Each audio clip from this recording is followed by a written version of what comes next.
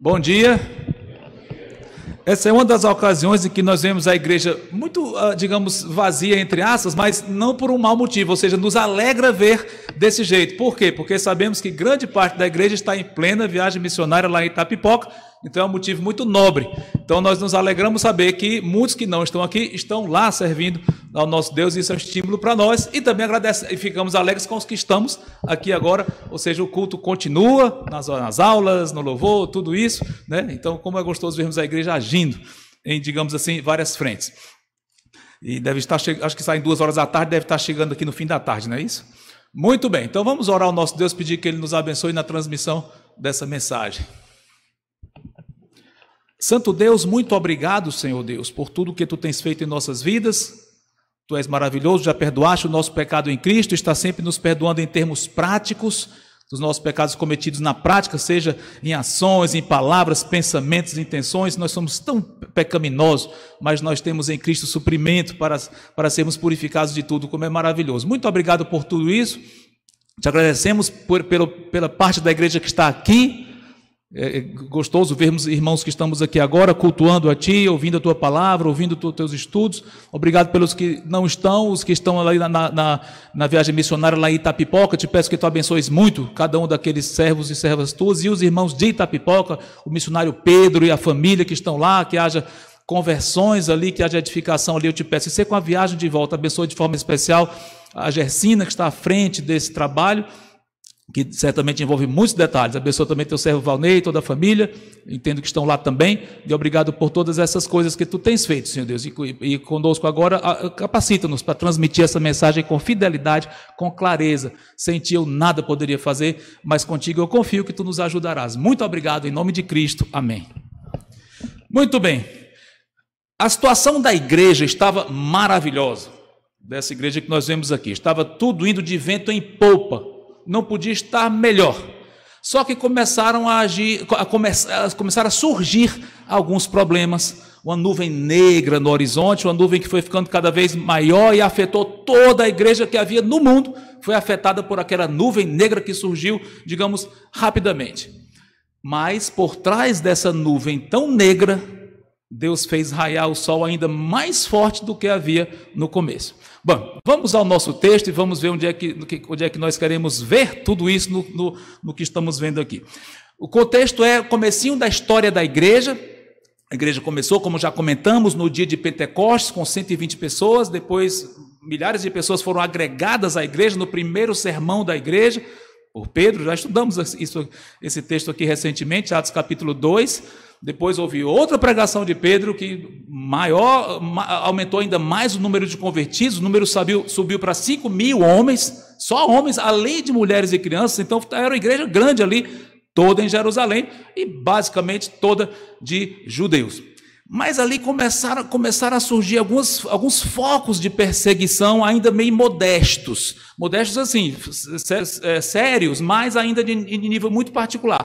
Os sacerdotes, os líderes dos judeus ali em Jerusalém começaram a não gostar dessa história que estava surgindo e prenderam Pedro e João por uma noite, depois libertaram, depois prenderam os apóstolos. Deus os livrou soberanamente. Então estava começando a surgir uns focos aí de problema, mas a igreja ainda lá, e pelo que Lucas descreve em Atos, a igreja vivendo muito bem, operosa, vibrante, como nós vemos lá as descrições de Lucas.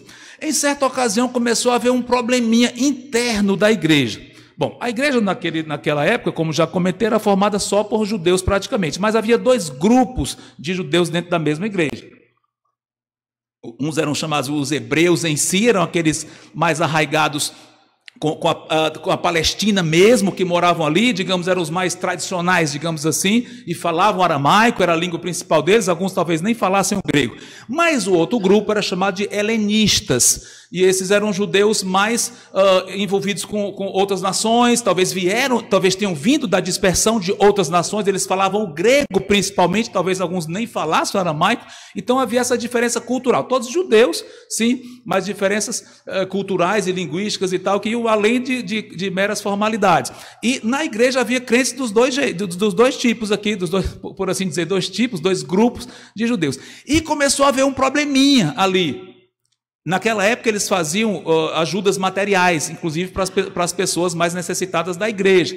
E as viúvas dos helenistas estavam sendo negligenciadas na distribuição que eles faziam. Então houve um probleminha ali interno, chegaram aos apóstolos, e os apóstolos tiveram uma excelente conclusão. Olha, não é razoável nós que estamos aqui na liderança pararmos para servirmos a igreja administrativamente. Então vamos eleger 7 homens para que eles cuidem dessa parte administrativa, muito importante para a igreja, não tenha dúvida. Mas os apóstolos, eles ficariam mais consagrados, por assim dizer, a oração e a pregação. E foi assim que fizeram, escolheram 7 homens, está lá em Atos capítulo 6, não é o nosso texto ainda, isso é só um pano de fundo para nós chegarmos onde nós estamos. Atos 6 fala isso, alguns acreditam que aqui seja o começo da instituição dos diáconos, é possível, a Bíblia não diz claramente, mas é possível que seja ali o comecinho do diaconato. E desses 7 homens, os 2 primeiros foram os que se tornaram mais conhecidos. O primeiro chamado de Estevão e o segundo chamado de Filipe, e outros 5. Bom, então a nossa história já está começando a chegar no nosso contexto exato aqui do nosso texto.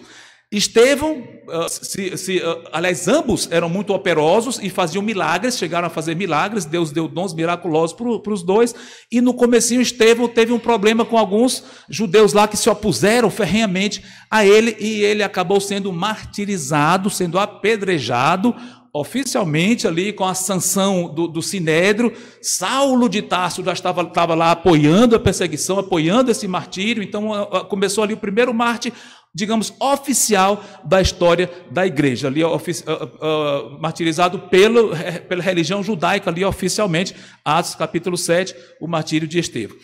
E em decorrência disso, chegamos no ponto aqui onde nós estamos, vamos para Atos capítulo 8, é a nuvem negra que eu falei aqui do começo. Entenderam o contexto, né? A igreja estava muito bem, começaram a ver uns probleminhas internos, foram resolvidos, mas agora veio a nuvem negra se agigantando contra a igreja que estava indo muito bem. Vamos ver como foi essa nuvem negra aqui.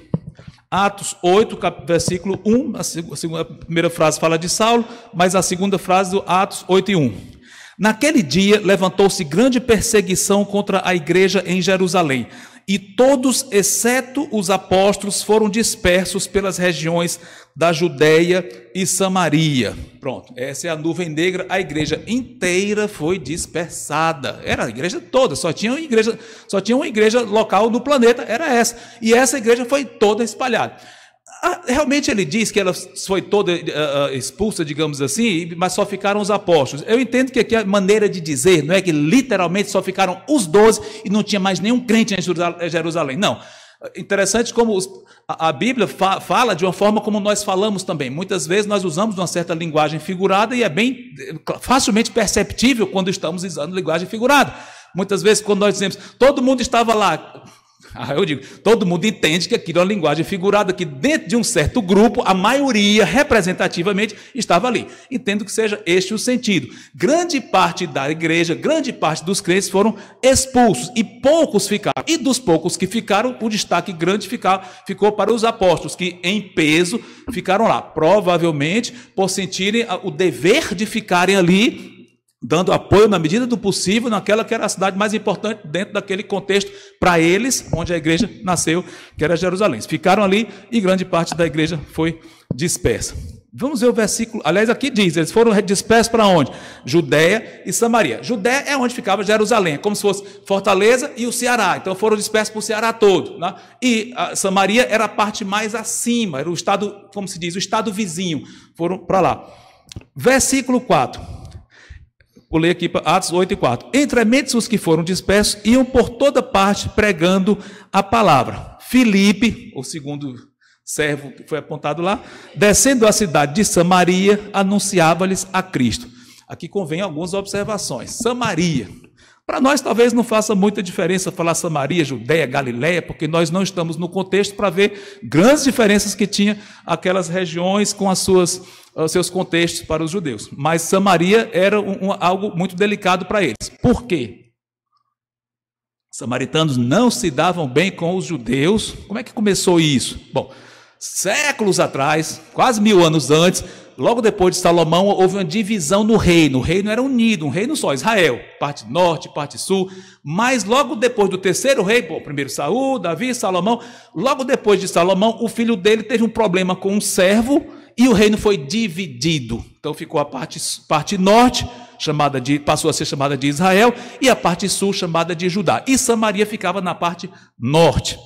Então começou ali um certo problema. E o problema aumentou muito quando, alguns séculos depois, Deus mandou os assírios para levar a parte norte cativa, ou seja, os assírios invadiram toda a parte norte ali, levaram a população inteira cativa e misturaram o povo. Eles mandaram colonizadores ficar naqueles locais que ficaram vazios, parte norte, Galileia e Samaria, e os assírios propositadamente colocaram outros povos, e alguns judeus voltaram, mas ficaram misturados. Pronto, essa foi a base da grande divergência, essa rachadura que existia entre os samaritanos e os judeus, porque os judeus eles chegaram aí para um outro cativeiro babilônico, mas voltaram em bloco, então voltaram unidos ali, racialmente puros, por assim dizer, diferente dos samaritanos. Então, tinha essa grande divergência. A divergência chegou a tal ponto que os samaritanos não aceitavam os judeus, eles não aceitavam Jerusalém, olha só, não aceitavam o templo,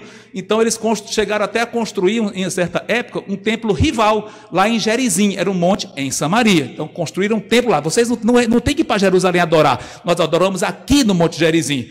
Estava errado. Mas pouco tempo depois, uns 300 anos depois, esse templo foi destruído, e é outra história. Um parêntese, lembram de um evangelho que narra um episódio que essas coisas vêm à tona? Cristo conversando com a mulher samaritana, ela perguntou, onde é que a gente deve adorar, em Jerusalém ou é nesse monte? Talvez ela tenha apontado para o Monte Gerizim. E aí tá, fecha parênteses, vamos voltar para cá. Mas essa é a situação de Samaria. Os samaritanos não eram bem vistos pelos judeus, mas Filipe, por causa da dispersão, eles foram subindo, foram saindo de Jerusalém, e chegou até lá e começou a pregar. Vimos aqui no versículo 5. Qual terá sido a reação dos samaritanos? Vamos ver? Versículo 6, Atos 8 e 6.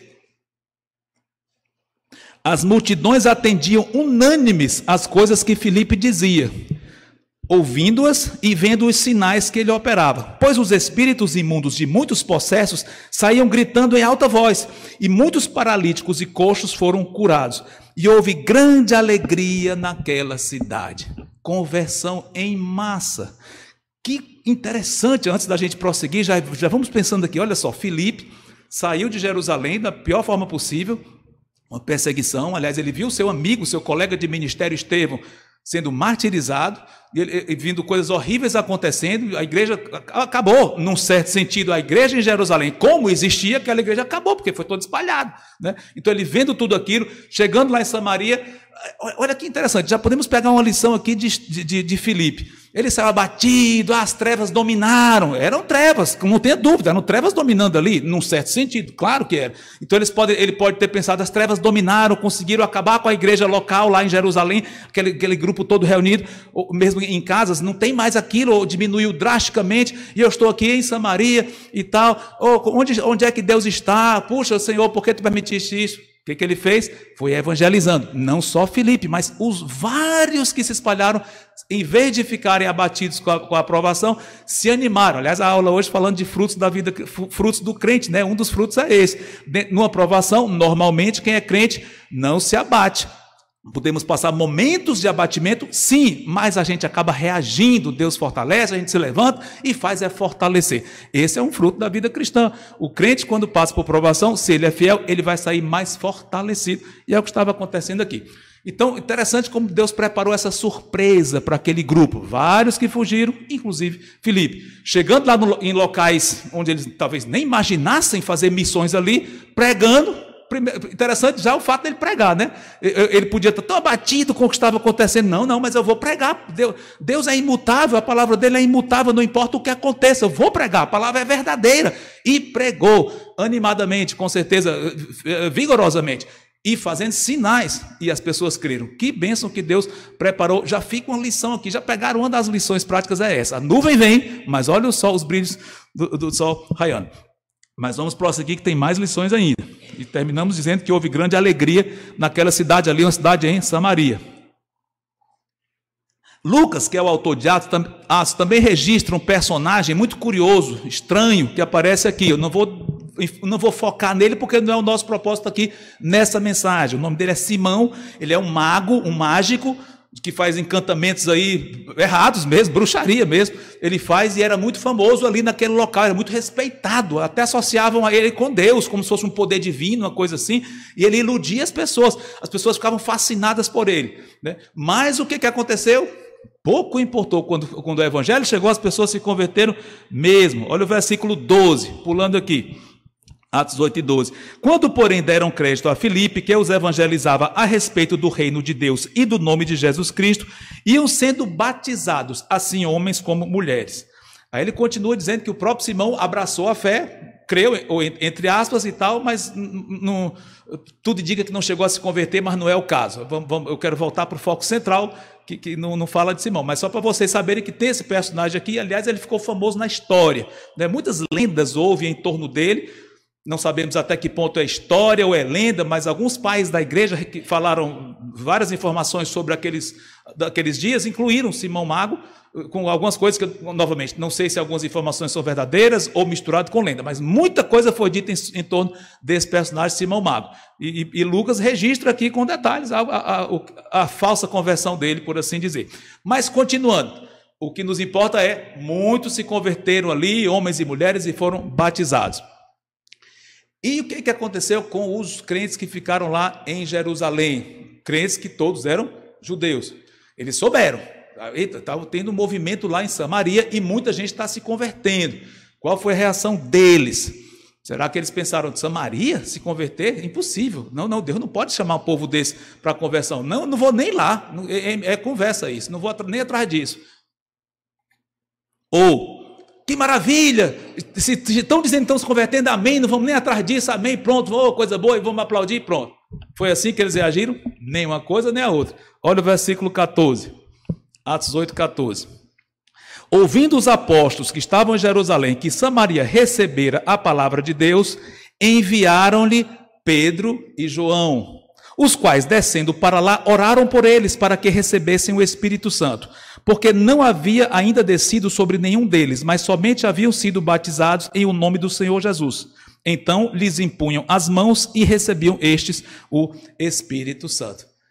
A reação deles foi, que lição? Zelo. Eles viram, tem algo acontecendo ali inusitado, não era algo que estávamos planejando. O que a gente vai fazer? Vamos checar.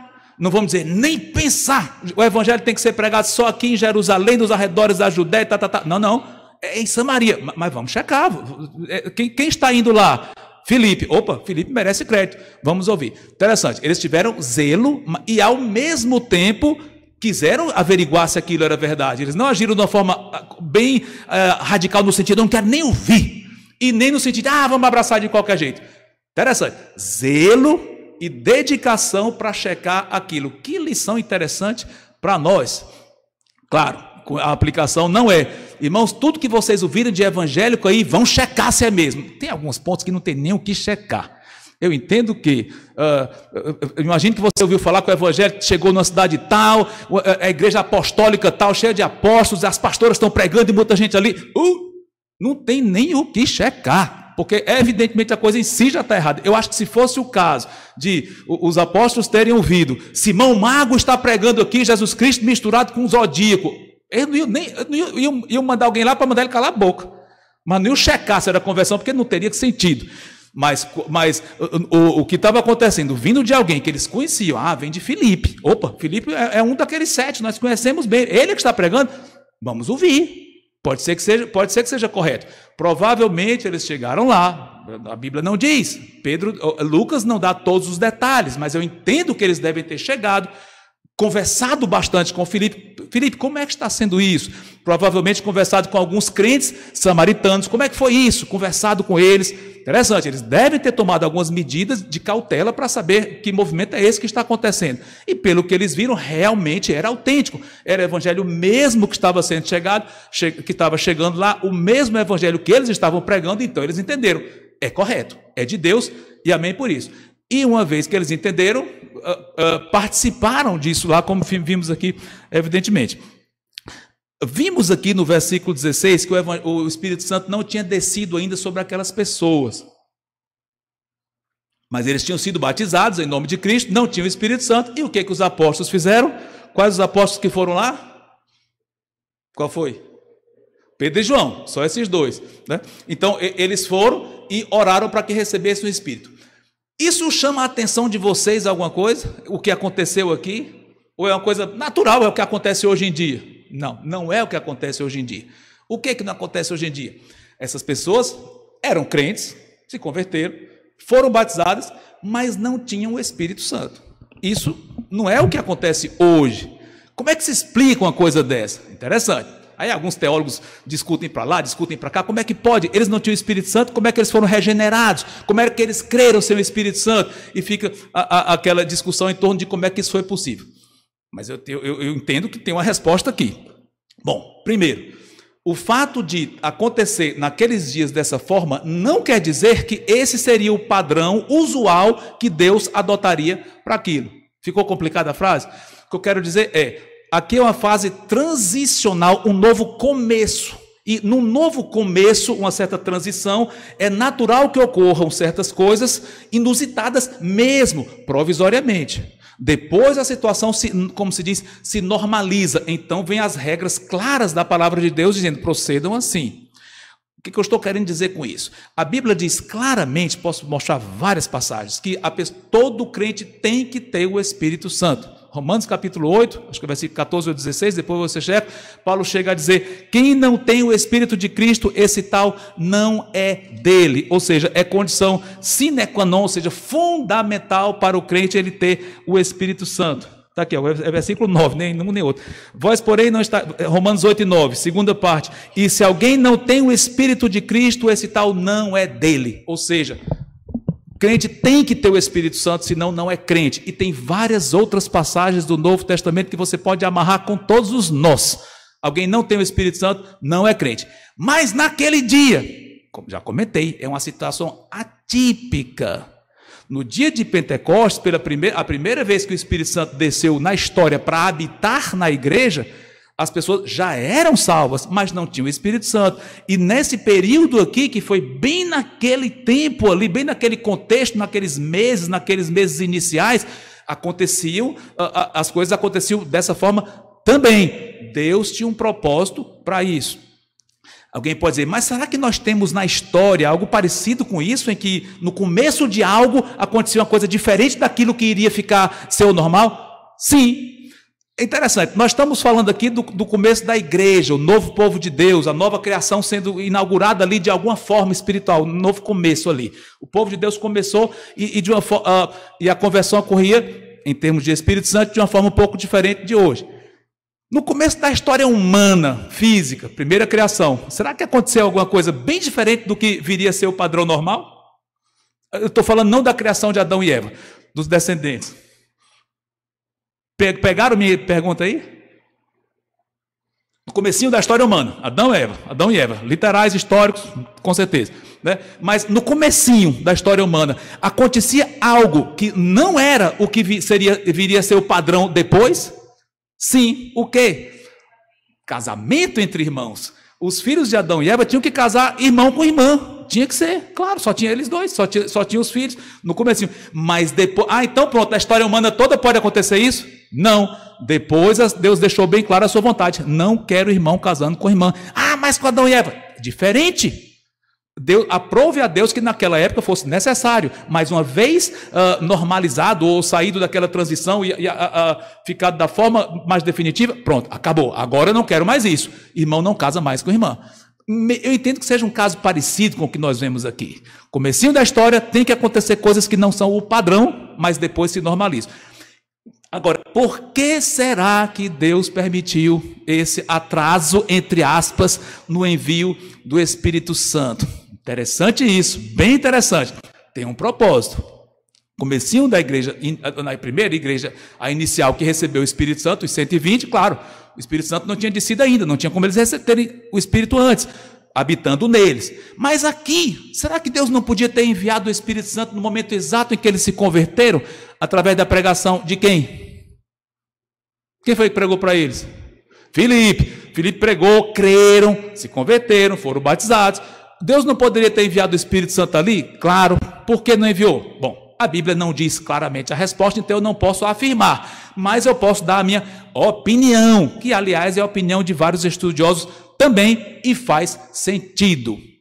Provavelmente, eu coloco provavelmente porque a Bíblia não diz, mas provavelmente Deus retardou o envio do Espírito Santo para que os apóstolos pudessem chegar lá e participar disso. Deus quis deixar claro, na presença dos dois apóstolos, que ele estava credenciando aqueles samaritanos como povo dele. Era essencial que houvesse essa confirmação, tanto para a igreja oficial ali, que tinha os apóstolos como liderança maior ali, humanamente falando, a autoridade, eles viram, eles participaram daquilo, como também era importante para os samaritanos. Eles veem, essa fé que nós temos é a mesma que os apóstolos pregam.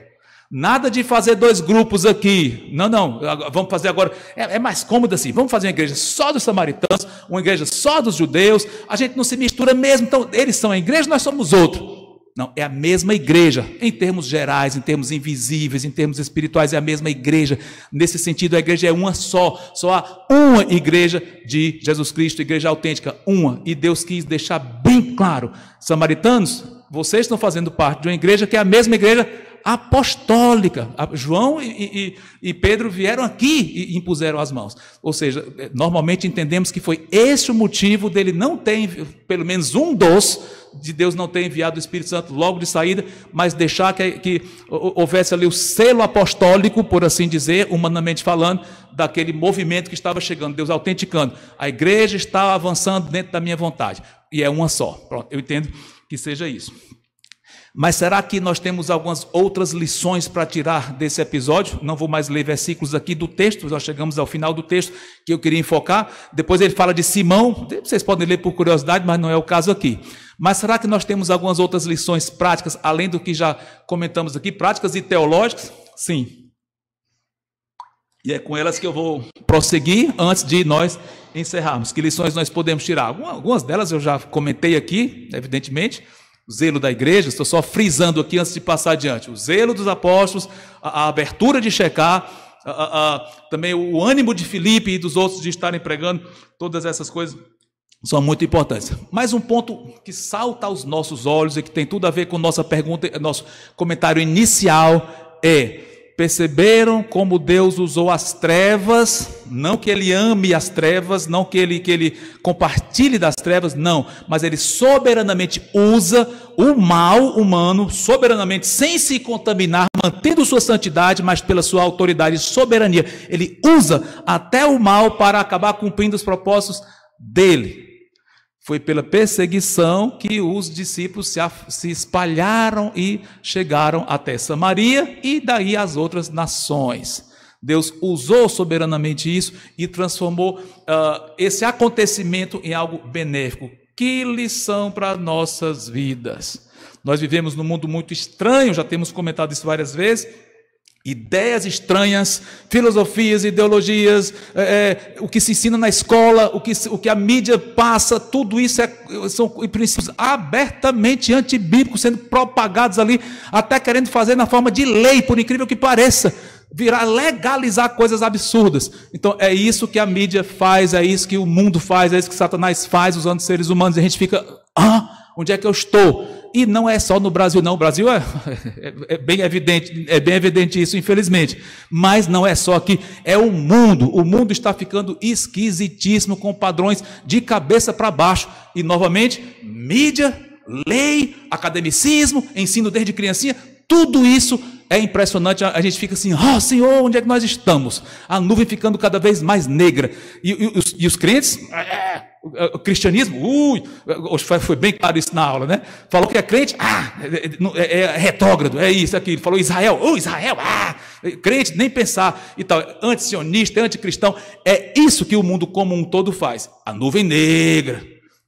Mas como nós vimos aqui, a nuvem negra, que foi até pior do que a que acontece conosco, porque nós nunca fomos perseguidos, graças a Deus, até hoje, espero que continuemos assim, nosso desejo, se Deus quiser, perseguido no sentido de ser expulso de casa, não, aqui no Brasil não chegou, mas eles foram, foi até pior do que nós, e no mundo tem muito lugar que acontece isso, sim, não tenho dúvida, desse jeitinho aqui, ou até pior mesmo, tem, né? Mas seja como for, a nuvem está aí ao nosso redor, mas olha só, essa nuvem, se nós formos obedientes ao Senhor, ela vai trazer luz, não a nuvem negra em si, mas Deus vai usar isso para fazer brilhar a sua luz, mais do que se não houvessem os problemas. Esse é que é o interessante. Entenderam? Se não houvesse essa perseguição, isso é difícil, eles saírem com tanta firmeza, de uma forma tão intensa como fizeram. Não iam sair dessa forma, mas Deus forçou eles a isso. Né? Mesma coisa, as provações na nossa vida, sejam a nível, como já falei, político, ou estadual, ou nacional, ou internacional, ou isso ou aquilo, ideológico, seja o que for, essas coisas em si estão ao nosso redor, elas em si são ruins, mas Deus usa essas coisas para nós nos aproximarmos dEle, pedindo: Senhor, socorro, me dá força para reagir nesse mundo tenebroso.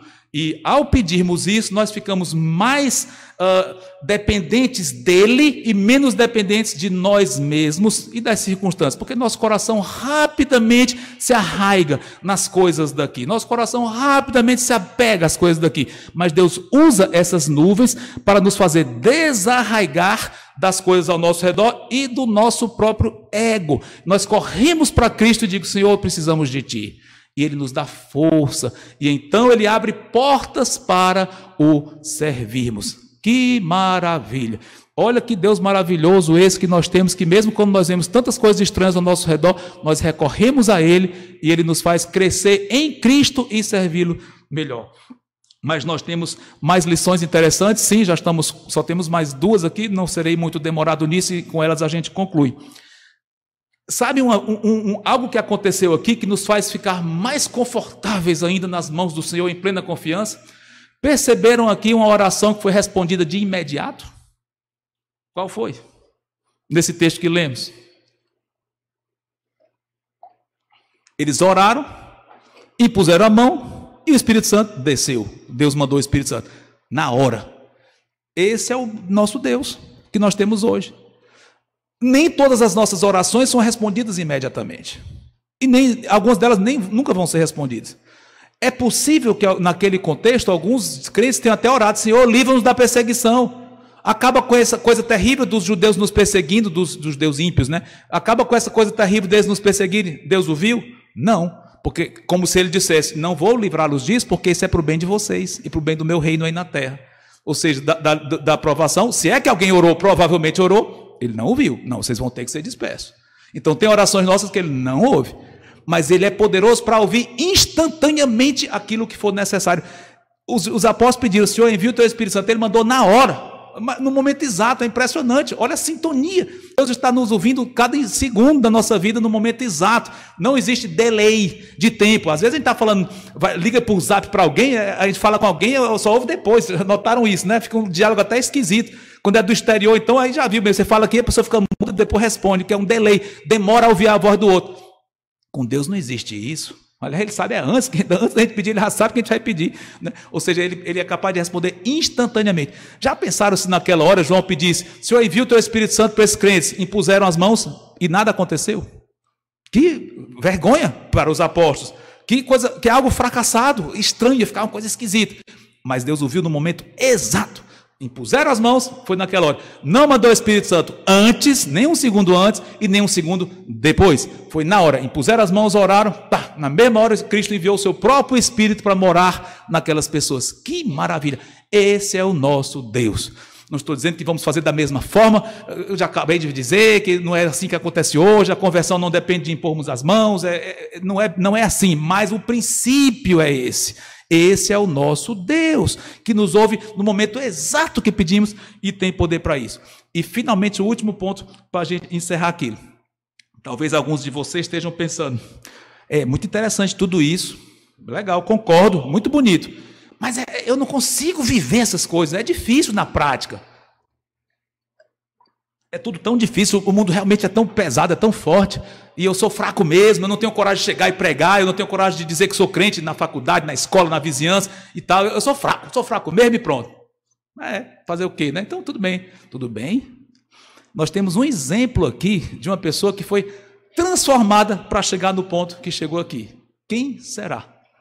Eu vou dizer a referência aqui, vocês vão descobrir o que foi que houve, como era essa pessoa antes e como é que ela se tornou. Aliás, nós vamos perceber nesses 2 versículos que vamos ler aqui, ou 3, vamos ler quem é a pessoa envolvida e qual é o local envolvido. E vocês vão tirar suas próprias conclusões, mas lógico que eu vou falar aqui. Vamos para Lucas 9, 52 em diante. Essa é a nossa última referência. Lucas 9.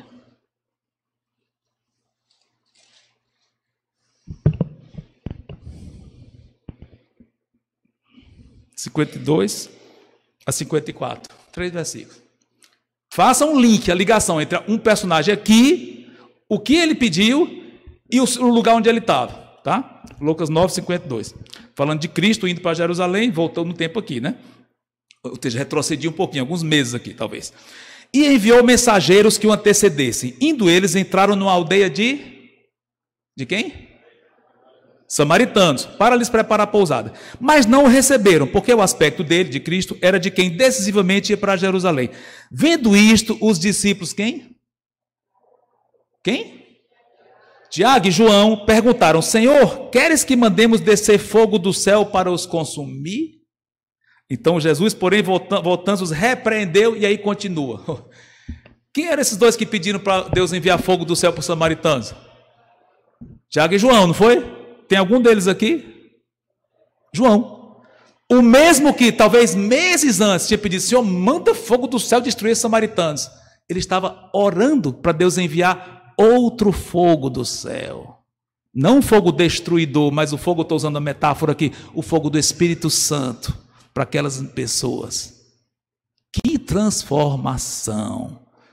Irmãos, eu sei que às vezes nós temos vontade de pedir fogo do céu. A gente olha para João, como é que João pediu uma coisa dessa? Eu não vou nem perguntar. Levanta a mão quem já teve vontade de pedir: Senhor, manda fogo do céu para aquele lugar ali, para aquele local ali, para aquele evento, para aquele... Enfim, eu não vou nem arriscar levantar a mão, porque eu vou ter que levantar a minha. Mas dá vontade de pedir: Senhor, manda fogo do céu e destrói isso. Mas não está certo. Mas o que eu quero dizer é que nosso coração é assim, é como de João, pré-batismo do Espírito Santo. Nosso coração é assim, de querer coisa rápida. Detalhe, o que João tinha pedido era até bíblico, porque no Antigo Testamento Elias tinha mandado fogo do céu, não foi para destruir pessoas, mas chegaram a destruir. Teve situação que pessoas morreram com fogo, sim. Ou seja, foi enviado fogo do céu que destruía os inimigos. Teve. Então, ou seja, ele tinha até um precedente bíblico para pedir isso. Mas ele não estava mais na era do Antigo Testamento, estava na era da graça, começando ali com o Senhor Jesus Cristo. João, nós não estamos mais naquela era. Essa é a era da graça, da oportunidade. Então, o seu ministério não é o de Elias. Sigam os meus passos de servo. Quando Cristo voltar com chama de fogo, é outra história. Mas agora ele não voltou ainda. Nós temos que seguir os passos dele nesse tipo de missão. Olha a transformação de João. Colado com o Senhor Jesus Cristo, ouvindo as instruções dele, e agora cheio do Espírito Santo, desde o dia de Pentecostes. É assim que nós devemos agir. Nossa natureza não é assim, mas nossa nova natureza é. Andemos colados com o Senhor Jesus Cristo, ouvindo a palavra dele, a Bíblia toda, e sempre intimidade com o Senhor, cheios do Espírito. Ele vai nos transformar e vai nos fazer agir exatamente como nós devemos nesse mundo tenebroso. E agindo assim, as trevas podem até vir, mas Deus vai usar essas trevas, vai dar muitos alívios aqui, eu creio que sim, terrenos mesmo, Ele dá tanta coisa, mas seja como for, agindo na comunhão e obediência ao Senhor, qualquer coisa que nos aconteça, pode ter certeza, a luz depois, se eu for fiel, a luz depois vai brilhar mais do que antes dessas nuvens virem. Amém? Santo Deus, obrigado por essas palavras, que tu toques nossos corações com ela, livra-nos de todo o mal, em nome de Cristo. Amém.